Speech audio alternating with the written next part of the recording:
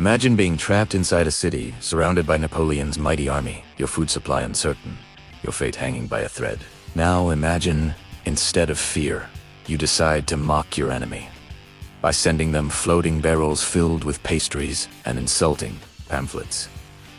Yes, in 1810, during the Napoleonic Wars, the people of Cadiz turned one of the darkest sieges in European history into a masterclass of defiance and humor. In the early 19th century, Napoleon's forces swept across Europe like wildfire. By 1808, much of Spain was under French control, but resistance was fierce. Cities rose up in revolt.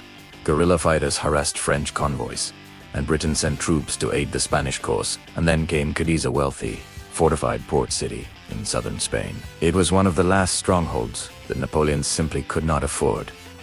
To lose Cadiz wasn't just any city. It was a symbol of Spanish independence and a vital connection to overseas colonies. Capturing it would crush Spanish morale. So in 1810, French forces under Marshal Victor marched south and laid siege. But the French had a problem. Cadiz was protected by the sea. The French army could surround the land side, but they had no navy strong enough to cut off supplies from Britain and Spanish colonies. As long as the Royal Navy ruled the waters, Cadiz could hold out. Still, the French tightened the noose, hoping starvation, disease, and despair would do the work that their cannons could not. Yet instead of despair, the people of Cadiz answered with mockery. They weren't just defending their city, they were humiliating Napoleon's finest soldiers.